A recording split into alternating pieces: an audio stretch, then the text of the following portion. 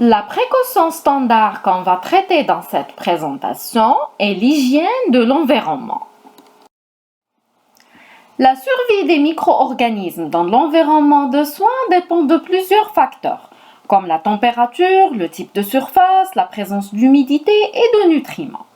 Et les preuves que les surfaces et l'équipement médical et l'environnement jouent un rôle dans la transmission des infections associées aux soins sont de plus en plus nombreuses. Cette exposition permanente des patients et des professionnels de santé à des micro-organismes, notamment pathogènes, qui sont présents dans l'environnement peut être responsable de colonisation et ou d'infection. Et le transfert de ces micro-organismes pathogènes ou non aux patients par l'intermédiaire des professionnels de santé ou des objets nécessite une prise en compte de l'environnement au sein des précautions standards avec une stratégie bien établie. Ce qui rend la gestion de l'environnement en milieu de soins un élément important de la prévention des infections associées aux soins. De ce fait, l'objectif principal de l'hygiène de l'environnement est la réduction des réservoirs environnementaux de micro-organismes. Comment on peut faire ça? C'est par la mise en œuvre des mesures adaptées comme le processus de gestion des déchets, le processus de gestion des linges, ainsi que l'entretien des dispositifs médicaux et le nettoyage et la désinfection des surfaces. Et on va commencer maintenant par la gestion des déchets d'activité de soins. C'est quoi les déchets d'activité de soins ou ce qu'on appelle les DAS? Ce sont les déchets issus des activités de diagnostic, de suivi et de traitement préventif, de traitement curatif ou palliatif, et sont également intégrés à cette définition les déchets issus des activités d'enseignement et de recherche. Et tout ça, c'est dans le domaine de la médecine humaine et vétérinaire. Mais comment on pourra minimiser le risque lié aux DAS? On peut faire ça par le respect des étapes de la gestion des déchets d'activité de soins, qui sont au nombre de 6. Et on va commencer maintenant par la première étape qui est le tri des déchets. C'est quoi le tri des déchets et comment on va le faire et qui doit trier les déchets? Le tri des déchets est une opération qui s'effectue au niveau du site de production des déchets d'activité de soins et à travers laquelle chaque catégorie des déchets est mise dans un sac ou un conteneur qui lui convient. Il sera orienté vers une filière précise. En fonction de leur typologie, chaque filière d'élimination des déchets d'activité de soins obéit à un code couleur réglementaire. En pratique et selon la réglementation algérienne, on a 5 filières d'élimination des déchets. La première filière, c'est la filière noire. Elle contient ce qu'on appelle les DAOM. C'est quoi DAOM? C'est les déchets assimilés aux ordures ménagères. Ce sont des déchets qui ressemblent aux déchets de la maison. Ils sont constitués notamment d'emballages, de cartons, d'essuie-mains, de draps d'examen ou de chandons souillés. C'est des déchets qui ne présentent pas de risques ni infectieux, ni chimiques, ni toxiques, ni radioactifs. La deuxième filière, c'est la filière verte. Qu'est-ce qu'elle contient? Elle contient les déchets anatomiques. C'est quoi ces déchets anatomiques? C'est tous les déchets anatomiques et biopsiques humaines issus des blocs opératoires, des salles d'accouchement et qui sont soit des organes, des membres, des fragments d'organes ou de membres et qui sont facilement reconnaissables par un non-spécialiste. Puis, il y a ce qu'on appelle les déchets d'activité de soins à risque. Et selon le risque, on a 3 filières. La première filière, c'est la filière jaune. Elle contient ce qu'on appelle les dasseries. Les dasseries, c'est quoi? C'est les déchets d'activité de soins à risque infectieux. C'est tous les déchets d'activité de soins potentiellement souillés par le sang ou bien les liquides biologiques du patient.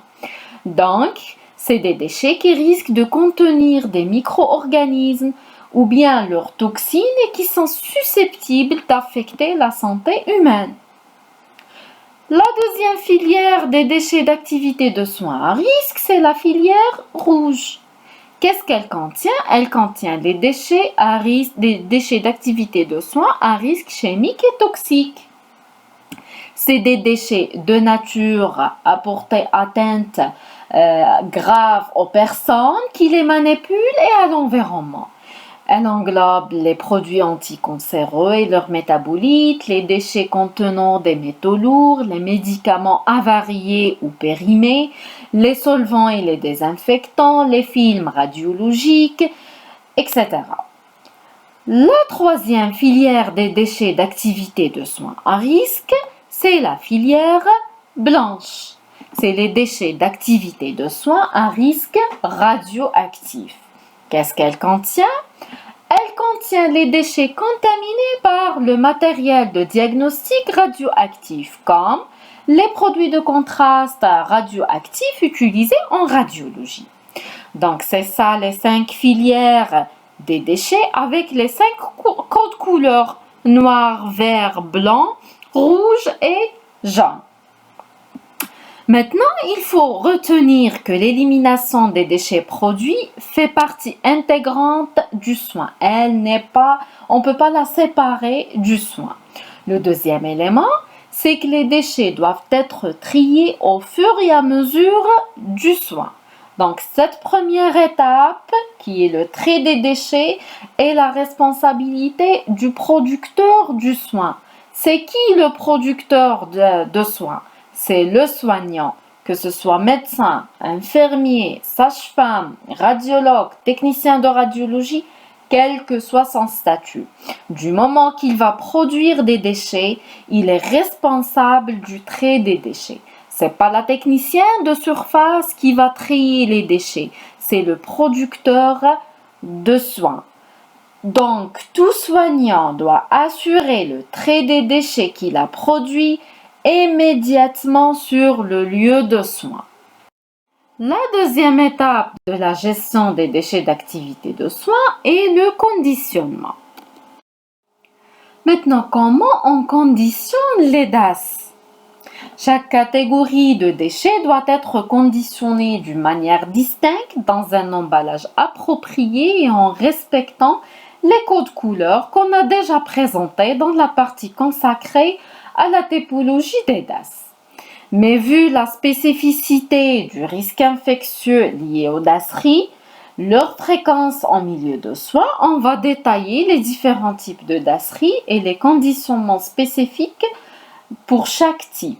En réalité, on a 3 types de DASseries. Il y a les objets perforants, ou bien les objets anciennement appelés objets piquants, coupants, tranchants, OPCT. Et comme son nom l'indique, ce type de déchet englobe tous les objets ou bien les instruments à usage médical ou nécessaires à la pratique de soins et qui sont susceptibles de couper, de perforer, de piquer ou bien de blesser le soignant. Et ils peuvent transmettre en même temps un agent infectieux lorsqu'ils sont souillés par du sang ou bien des liquides biologiques.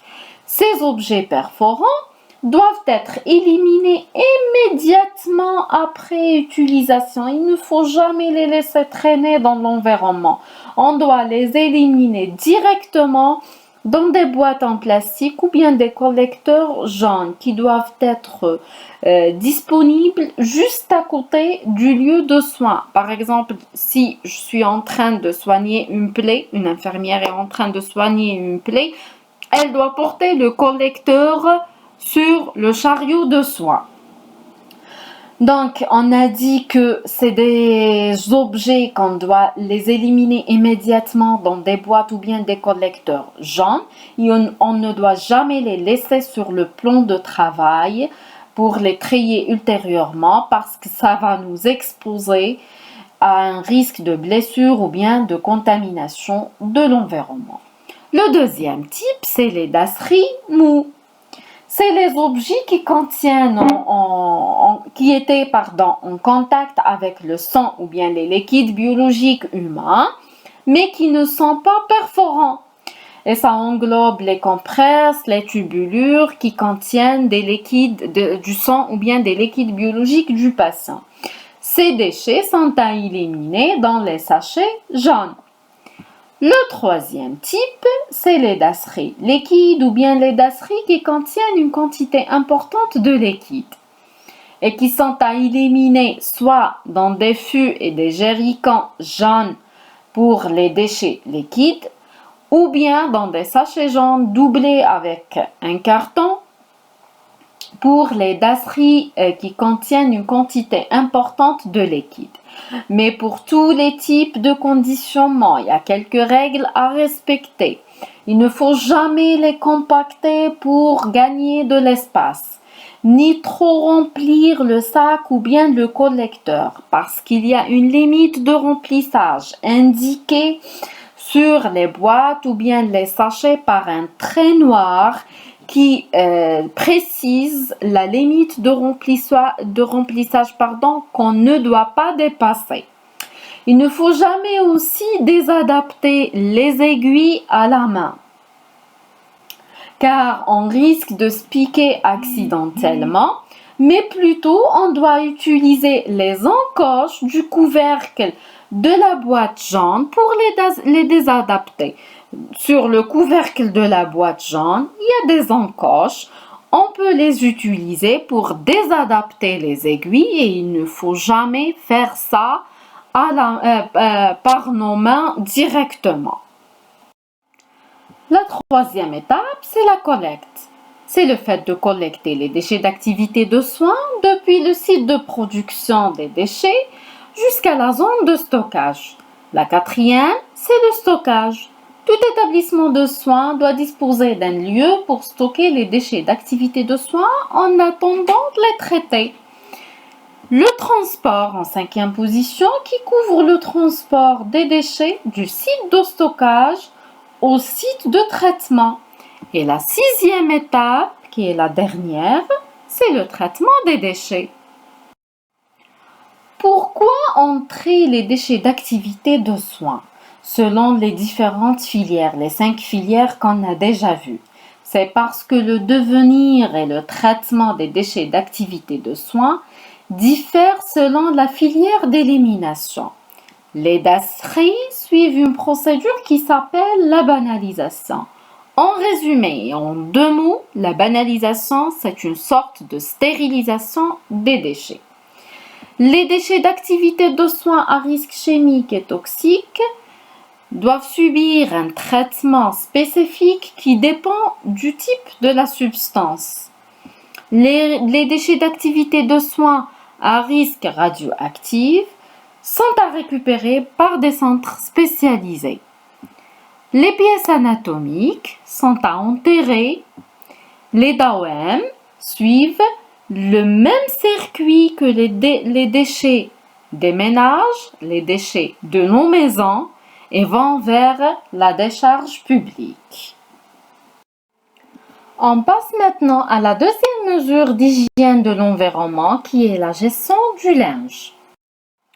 Le linge se contamine rapidement dès qu'il est en contact avec le patient et les micro-organismes isolés du linge sale sont des bactéries d'origine cutanée comme le staphylocoque, les corynébactéries ou bien digestives comme les entérobactéries et qui sont parfois multirésistantes aux antibiotiques.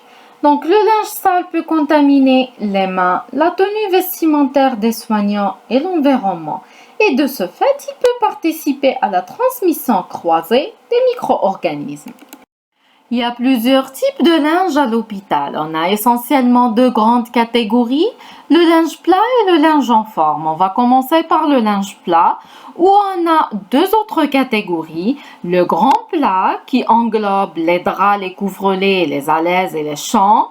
Le petit plat, comme les serviettes de bain et les torchons. Et dans le linge en forme, on a le linge pour les vêtements des malades, comme les pyjamas, et les tenues du personnel comme les blouses, les tuniques et les pantalons. Et maintenant, quelles sont les précautions à prendre pour prévenir le risque infectieux lié au linge à l'hôpital? Donc, le circuit du linge à l'hôpital commence par son utilisation au niveau des différents services.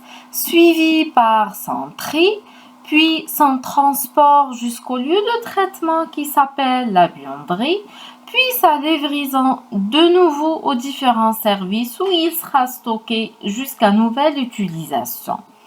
Durant toutes ces étapes, il faut respecter certaines règles, à savoir, la première règle, c'est qu'il faut séparer le circuit du linge propre de celui du linge sale.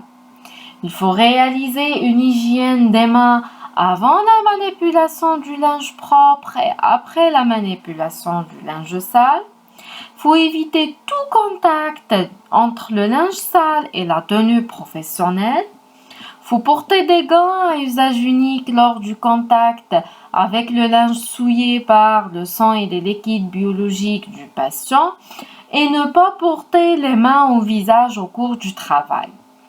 Ne pas poser le linge au sol et le linge sale doit être déposé le plus rapidement possible dans un sac servant à son transport. Ce sac ne doit pas être rempli au-delà des 2/3 de sa capacité et il doit être bien fermé.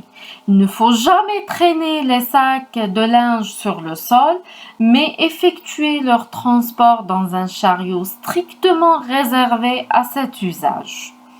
Et à la fin, le linge propre doit être stocké dans un local réservé sans communication avec des zones affectées ou bien contaminées, affectées pour d'autres fonctions ou bien des zones contaminées. Passons maintenant aux 2 mesures d'entretien de l'environnement qui sont l'entretien des dispositifs médicaux et l'entretien des surfaces. Mais d'abord, on va essayer d'éclaircir quelques termes. Le premier élément, c'est quoi un détergent? Un détergent, c'est une substance utilisée pour le lavage ou le nettoyage. Le détergent a uniquement des propriétés nettoyantes. Il ne détruit pas les micro-organismes par une action directe, mais il contribue à leur élimination par une action purement mécanique. Deuxièmement, un désinfectant. C'est quoi un désinfectant? Le désinfectant, c'est un produit qui peut être défini plus simplement par l'action de détruire les micro-organismes présents sur une surface. En plaçant ces derniers en contact avec un milieu contenant un désinfectant durant une période de temps, et ceci sans nuire ni à la surface traitée ni au personnel. Le dernier type de produit, c'est les produits détergents désinfectants. Là, c'est un produit qui a une double action. C'est un produit qui a une double propriété de détergence et de désinfection. Son utilisation permet un gain de temps et une simplification du travail. Donc, le détergent ne tue pas directement les germes, il les élimine par action mécanique. Le désinfectant, il a une action directe sur les germes et il peut les tuer. Le détergent désinfectant a les 2 propriétés à la fois. C'est quoi le nettoyage? Le nettoyage consiste à éliminer d'une surface toute souillure et il se fait à l'aide d'un produit détergent. Et c'est quoi la désinfection? C'est le fait d'éliminer ou de tuer des micro-organismes portés sur des surfaces, comme les dispositifs médicaux et le sol. Et elle se fait par un produit désinfectant. Et c'est quoi la stérilisation? C'est une opération qui permet d'éliminer ou de tuer tous les micro-organismes portés par des dispositifs médicaux. Comment on fait maintenant la stérilisation? La stérilisation se fait selon plusieurs méthodes. La méthode la plus utilisée est la stérilisation à la chaleur humide au moyen d'un appareil qui s'appelle l'autoclave. Maintenant, quelle est la différence entre la stérilisation et la désinfection? La différence entre les deux réside dans le fait que le processus de la désinfection est moins mortel que celui de la stérilisation pour les micro-organismes et les spores. Avec la stérilisation, on va obtenir un niveau de décontamination élevé des dispositifs médicaux Et la stérilisation va assurer la non-recontamination après l'opération parce que les produits stérilisés sont emballés.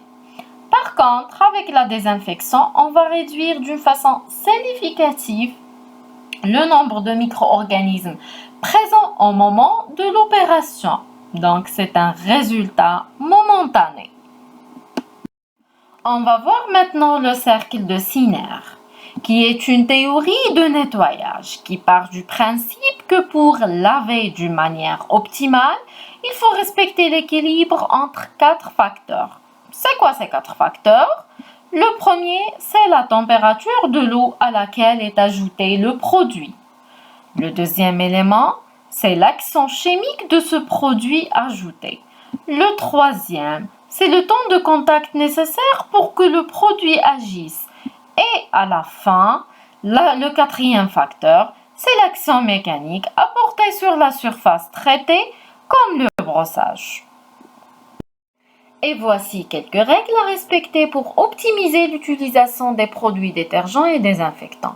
La première, c'est qu'il ne faut jamais mélanger les produits. Il ne faut jamais mélanger un produit désinfectant avec un produit détergent, par exemple, parce qu'il y aura des réactions chimiques l'un va annuler l'effet de l'autre d'un côté, et de l'autre côté, ça peut dégager des gaz toxiques pour l'utilisateur. Le deuxième élément, c'est qu'on ne désinfecte et on ne stérilise bien que ce qui est propre. Donc, il ne faut jamais désinfecter ou stériliser n'importe quel dispositif qui n'a pas été nettoyé au préalable. Le troisième élément, il faut vérifier la date de péremption et la date limite d'utilisation des produits après ouverture. Le dernier élément, il faut respecter les recommandations du fabricant parce que c'est lui qui connaît bien son produit, quand est-ce qu'il sera efficace, quand est-ce qu'il sera nocif. Donc il faut respecter les recommandations du fabricant, surtout en matière de dilution et de temps de contact. Et maintenant, on va voir l'entretien des dispositifs médicaux. C'est quoi un dispositif médical? C'est tout instrument, appareil, équipement ou produit, à l'exception des produits d'origine humaine ou tout autre article utilisé seul ou en association, y compris les accessoires et les logiciels nécessaires au bon fonctionnement et qui sont destinés par le fabricant à être utilisés chez l'être humain à des fins médicales pour diagnostiquer, pour prévenir, pour traiter ou atténuer une blessure ou bien une maladie. Concernant l'entretien du matériel, Spalding a conçu une classification utilisable facilement pour les professionnels en 3 catégories. La première catégorie, c'est le matériel non critique. Et on trouve dans cette catégorie tous les objets ou bien des surfaces entrant en contact avec une peau intacte.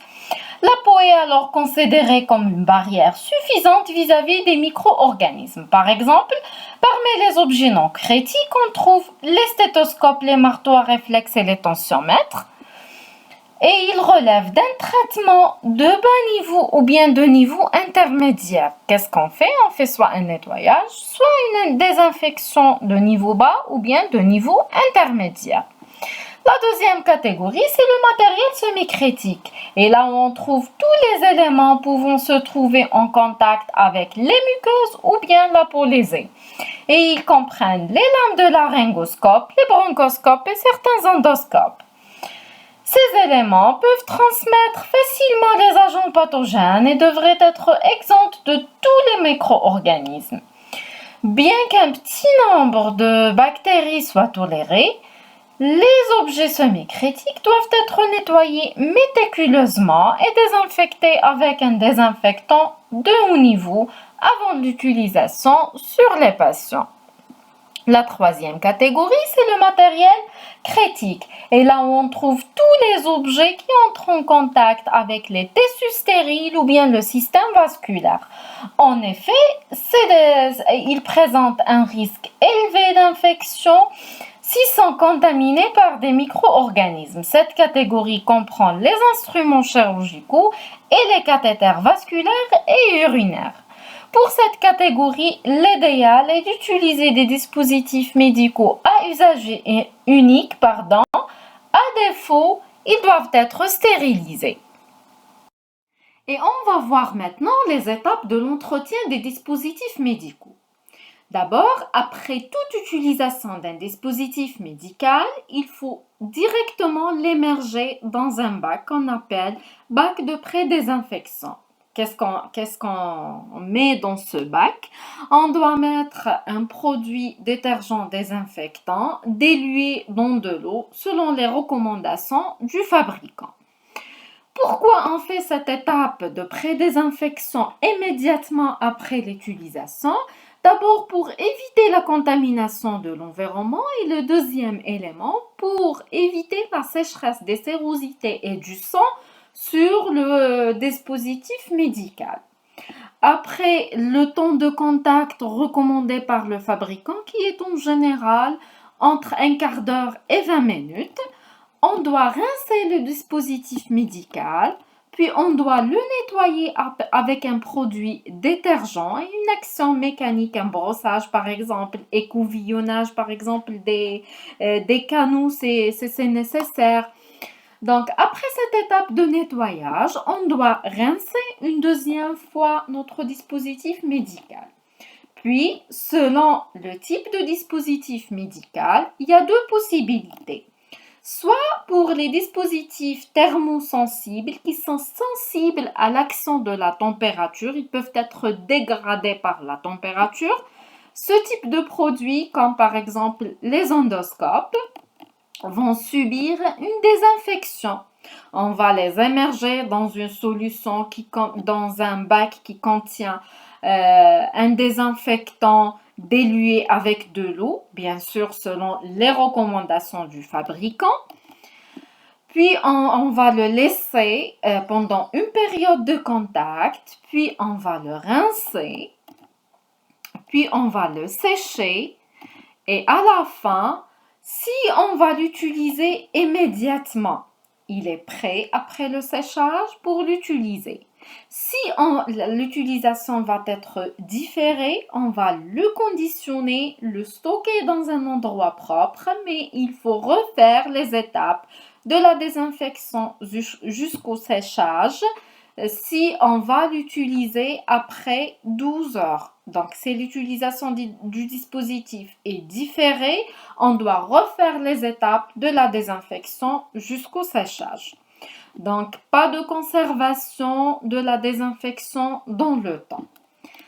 Maintenant, la deuxième possibilité, c'est les dispositifs médicaux qui résistent à l'action de la température. Pour ce type de dispositif, après le rinçage, on doit les sécher et les conditionner. On va les emballer, puis ils vont être stérilisés. Le procédé d'utilisation le plus souvent utilisé pour les dispositifs médicaux thermorésistants, c'est la chaleur humide. On va les mettre dans un autoclave pour subir un cycle de stérilisation et à la fin, on aura un dispositif médical stérile et emballé qu'on peut le conserver dans le temps, c'est toujours l'emballage est intact, dans un endroit sec et propre pendant une période de temps qui dépend du type d'emballage. Donc, on a un élément très important à ne pas oublier. Il faut émerger tout dispositif médical émergeable immédiatement après son utilisation dans un bac de pré-désinfection. On va passer maintenant à la dernière partie qui concerne l'entretien de l'environnement. Entretien de l'environnement ou bien bionettoyage. C'est quoi le bionettoyage? C'est un procédé destiné à réduire la contamination des surfaces et il comprend le nettoyage qui est le résultat d'une action mécanique d'un détergent afin d'éliminer les souillures visibles.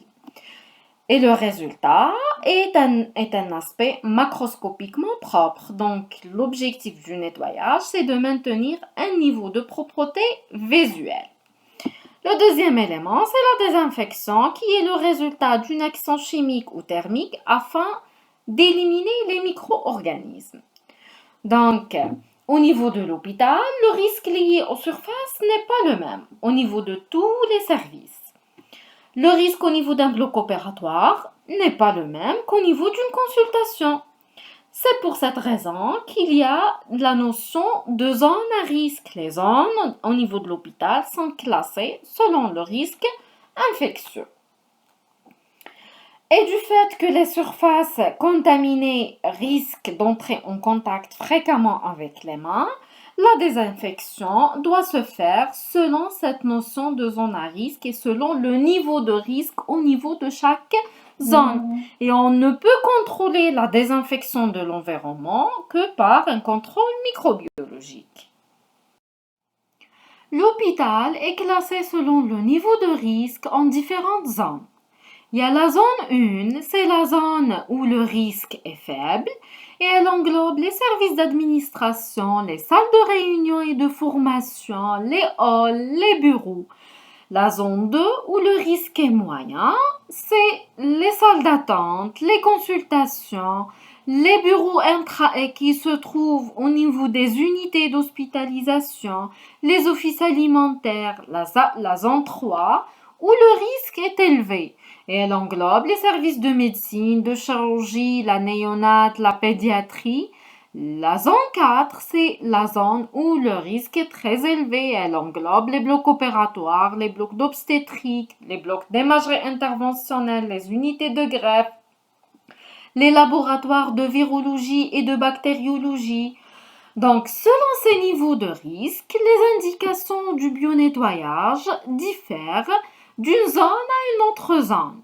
Les zones 1 et 2 nécessitent un entretien quotidien et les zones 3 et 4 nécessitent un entretien le plus souvent pluricotidien. La procédure du bionettoyage se fait selon l'ordre chronologique suivant. Il faut d'abord aérer la pièce, sortir les déchets, le linge et les dispositifs médicaux utilisés afin de les éliminer ou les traiter selon la filière adaptée. Il faut respecter l'ordre logique suivant, toujours commencer du propre vers le sale et du haut en bas. Nettoyer toujours avant de désinfecter. Il faut déplacer le mobilier et laisser le chariot à l'extérieur de la pièce. Et à la fin, il ne faut jamais oublier que vous devez porter des équipements de protection individuelle lorsque vous manipulez les dispositifs médicaux, le linge ou bien les déchets qui sont visiblement souillés ou bien potentiellement contaminés par du sang ou bien des liquides biologiques d'origine humaine.